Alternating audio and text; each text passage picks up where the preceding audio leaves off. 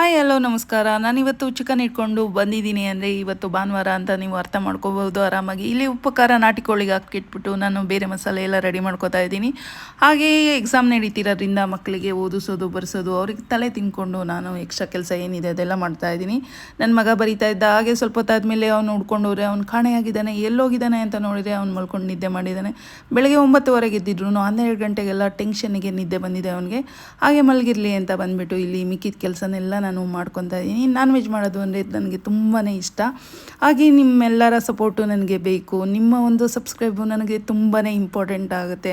ನೀವೆಲ್ಲ ಮನಸ್ಸು ಮಾಡಿದೆ ನನಗೆ ಸಬ್ಸ್ಕ್ರೈಬ್ ಕೊಡೋದು ದೊಡ್ಡ ವಿಷಯನೇ ಆಗೋದಿಲ್ಲ. ದಯವಿಟ್ಟು ಸಬ್ಸ್ಕ್ರೈಬ್ ಮಾಡಿ. ನೀವು ಸಬ್ಸ್ಕ್ರೈಬ್ ಮಾಡಿಕೊಂಡ್ರೆ ನನಗೆ ವಿಡಿಯೋ ಮಾಡೋಕ್ಕೆ ಒಂದು ಸ್ಫೂರ್ತಿ ಸಿಗುತ್ತೆ.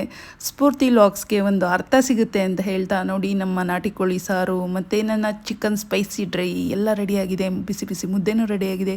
ಊಟಕ್ಕೆ ಕೂರುವ ಸಮಯ. Thank you so much.